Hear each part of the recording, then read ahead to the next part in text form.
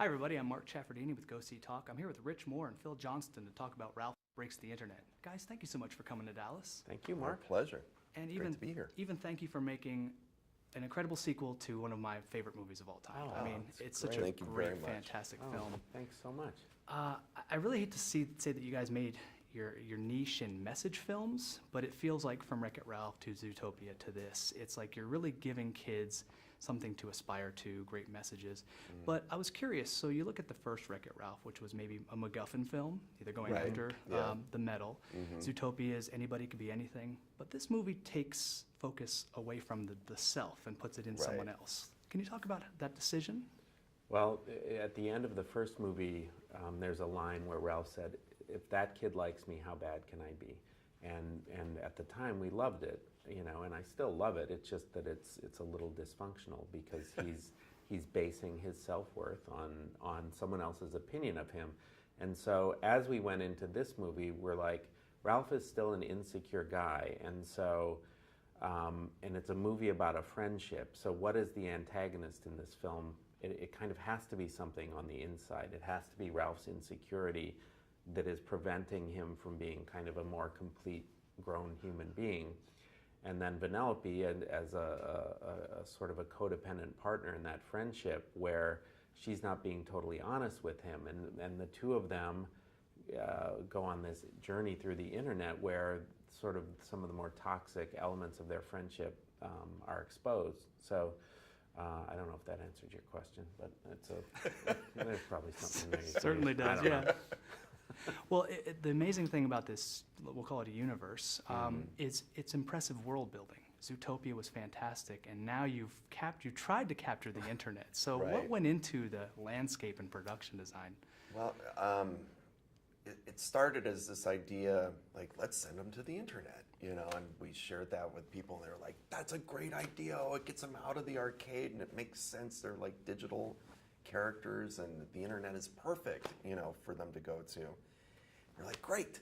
And then the next day we thought, what does the internet look like? You know, it's this abstract thing, you know, that That's never it been was realized, really, really. yeah, Yeah. in this way. And we had lots of crazy metaphors for it at the beginning, like it's all takes place in a cloud, you know, and they're traveling on raindrops, and we would talk to IT people and say, like, what do you think of these metaphors? And they'd say, they're not very good. Okay. You know, Yeah.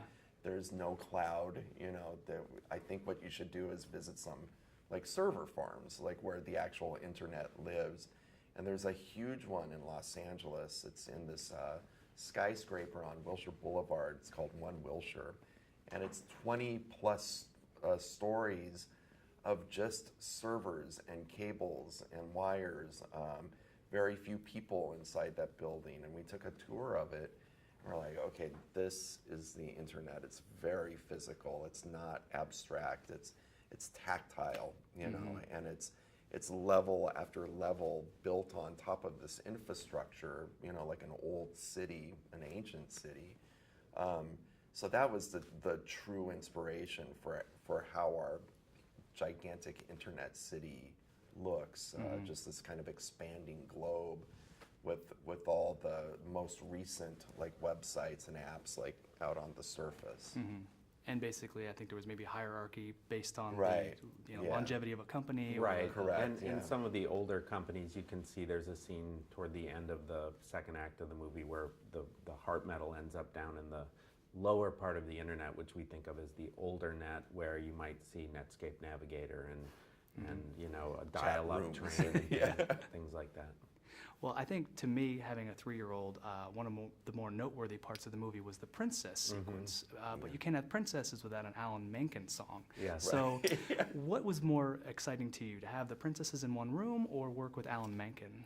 Wow, that's a good question. yeah. That's a tough one. I mean, the one fed the other. When we had that princess scene and we figured out that scene is going to be instrumental in Vanellope's journey. Her arc, her want needs to be sort of helped along by that scene. And what does a princess do when she's searching for her dream? She sings. And so one led to the other, and our music producer's like, well, if you want an Alan Menken-like song, why don't I just call Alan Menken? I have his number, and that's how it happened. Do that? Yeah. So, I mean, that was just bonkers working with him. Excellent. It was reverent and funny. It really fit in with the movie. Now, if we were to go into a third movie, do you think we could have a Sour Bill and Surge Protector movie or a spin-off? Oh, I think that's a good streaming. Sour Bill becomes Surge Protector's vestigial twin, like Double Dan. Double Bill. That's the Double Bill. Nice. double bill. See, these Get guys, it? why you're on top. Yeah, Oh my goodness, that's a I winner. Like that. Gotcha. No, I think that could be a limited series. I think it could be on a sort the of a streaming prestige platform. thing. I think HBO might want to pick it up though, because it's like. Do you have HBO's number on you? Let me see. I know a guy who knows a guy. Do you know a guy at HBO? Because we know no one. Yeah. Guys, No, Disney Plus will pick that up. Yeah, it'll I be think their, so. It'll be their Emmy contender, year one. Oh yeah, this is gonna be like Guaranteed. House of Cards. Yeah, yeah. can't wait. Yeah. It's a thrill to speak with you guys. Thank you so Nice much. talking Thanks so with you, much. too.